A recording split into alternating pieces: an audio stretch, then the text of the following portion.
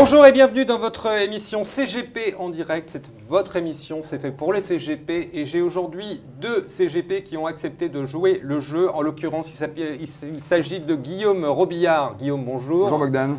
Et votre cabinet s'appelle Alpagos Patrimoine et vous êtes à Paris. Tout à fait. Et nous aurons également au téléphone Hervé Oceda. Hervé, bonjour, vous êtes là? Oui, bonjour Bogdan. Bonjour. Vous, votre cabinet s'appelle France Épargne Conseil. Tout à fait. Et vous également, vous faites de la prévoyance, puisque aujourd'hui, notre sujet, c'est la prévoyance. Vaste sujet, Guillaume. Deux mots d'abord. C'est quoi la prévoyance exactement?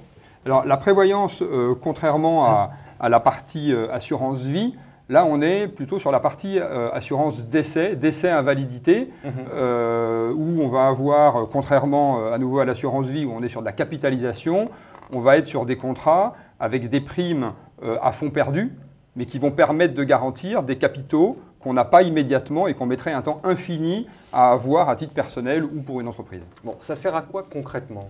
Alors, on prend un exemple. Je suis père de famille, j'ai une épouse qui ne travaille pas, des enfants jeunes, je suis peut-être salarié avec un contrat de prévoyance par mon entreprise qui prévoit une année de salaire. Moi, j'estime, compte tenu de mes charges, de mes enfants, des études que je veux leur faire faire, eh bien, que ce n'est pas suffisant. Donc, je vais m'assurer pour des capitaux que je mettrai peut-être 20 ans à mettre de côté. Je vais donc m'assurer pour 1,5 million par exemple, parce que voilà, j'estime que c'est bien, si demain je décède, que mon épouse reçoive ça pour éduquer les enfants et pouvoir se débrouiller dans la vie. Ce 1,5 million, si je veux moi le mettre de côté sur un contrat d'assurance vie, peut-être que j'y arriverai jamais. D'accord. L'assurance décès va me permettre, je décède demain, le lendemain du contrat, en quelque sorte, ce 1,5 million est versé immédiatement à mon épouse. Oui, mais d'où vient l'argent? Tout ça, c'est l'assureur qui évidemment va payer, parce que comme vous le savez, c'est comme une assurance voiture finalement.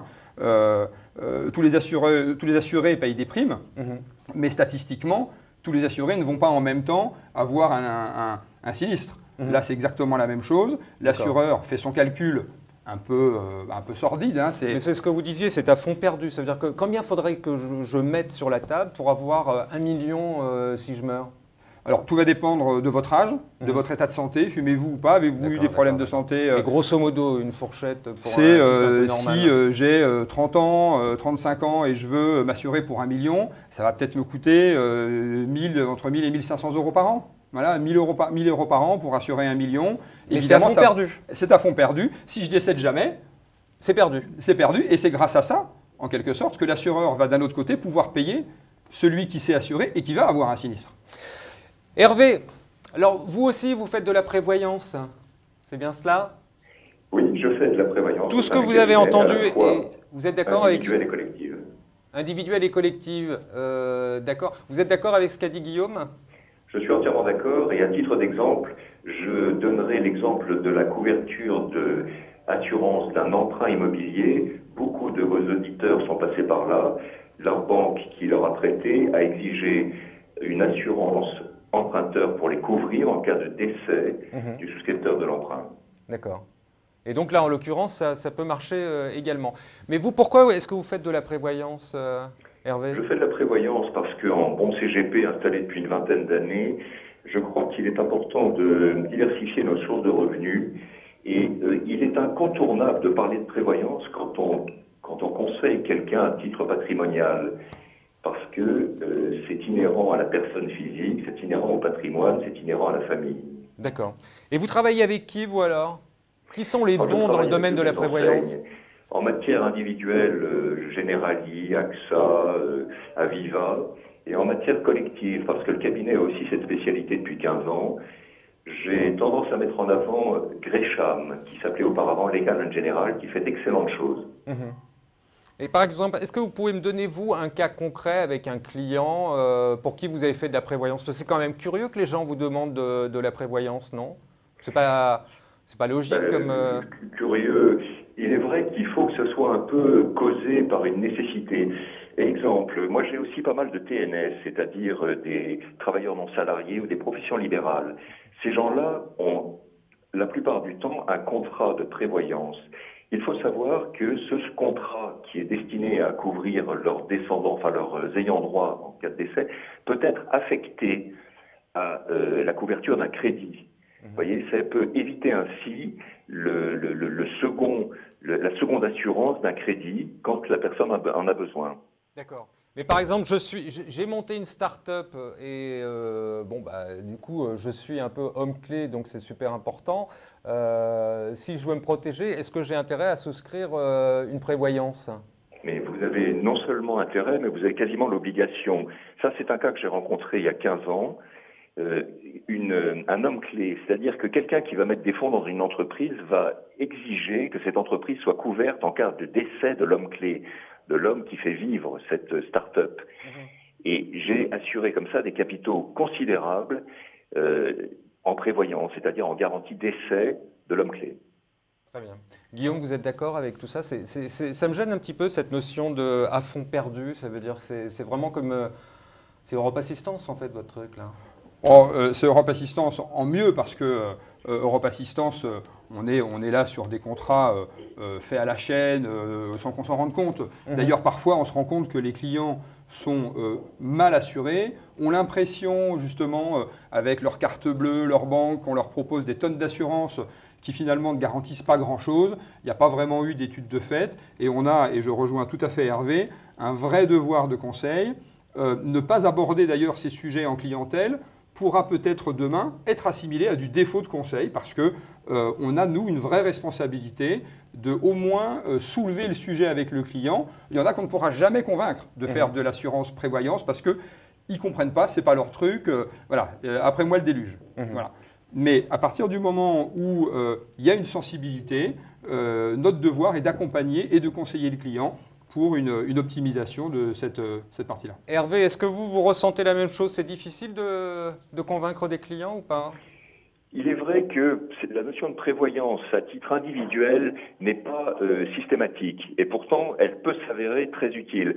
Il faut qu'elle soit exigée, soit par une banque, soit par une société. Je reconnais ce que dit Guillaume.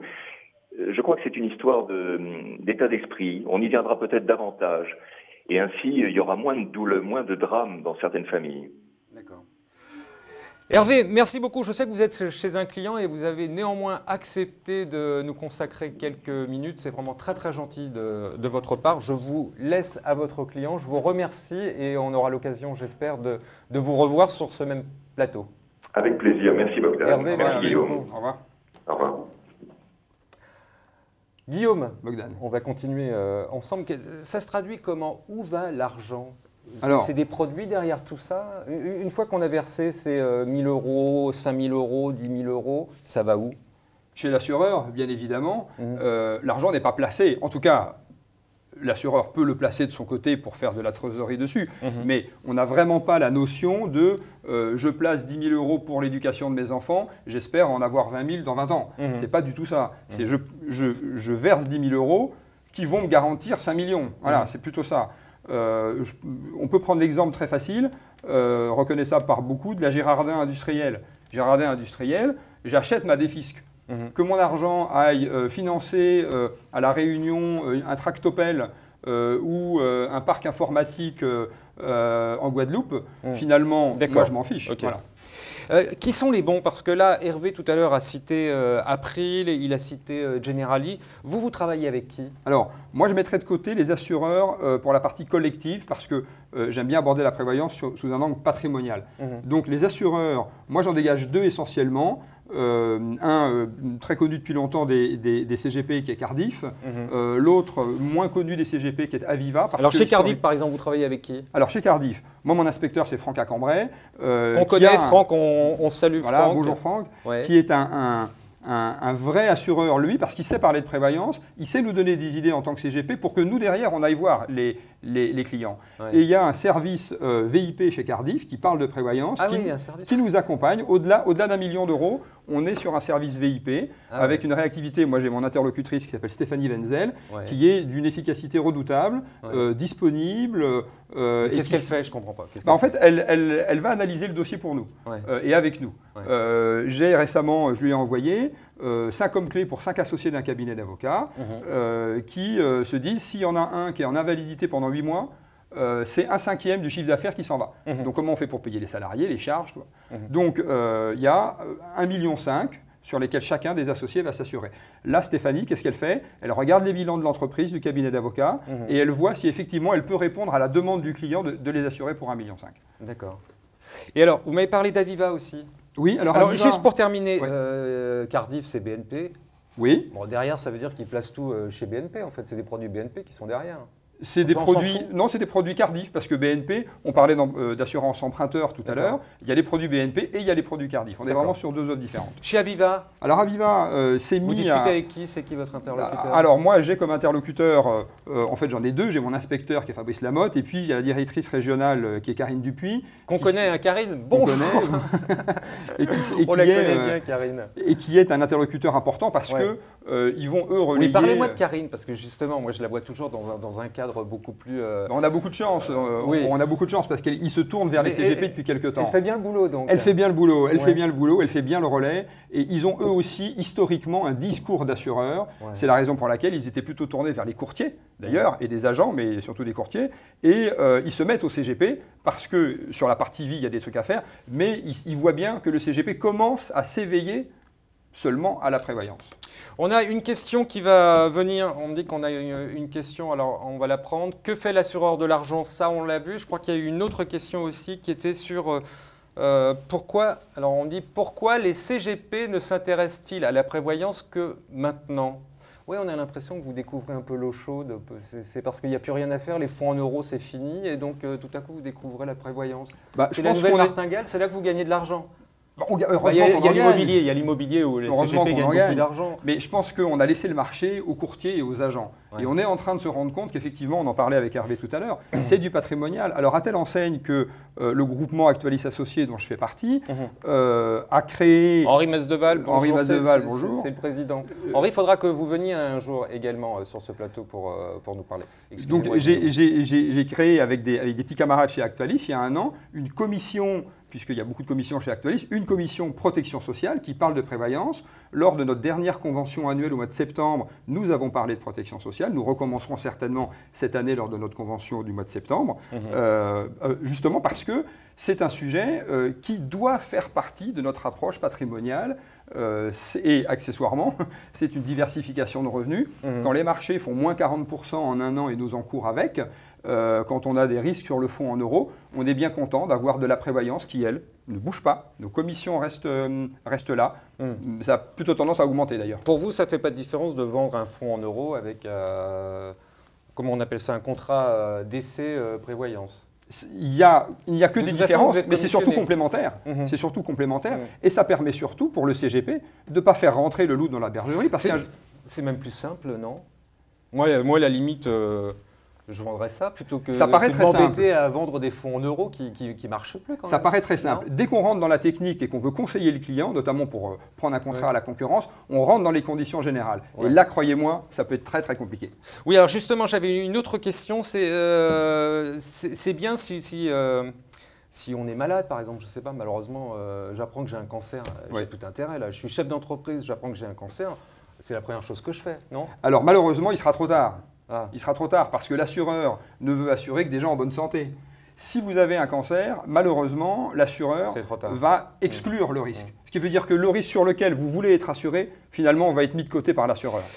Une autre question qu'on m'a posée, c'est un peu comme pour malheureusement les inondations actuellement. On est toujours un peu déçu par les remboursements. Là, vous m'avez dit tout à l'heure, si je meurs, mes enfants toucheront 1,5 million.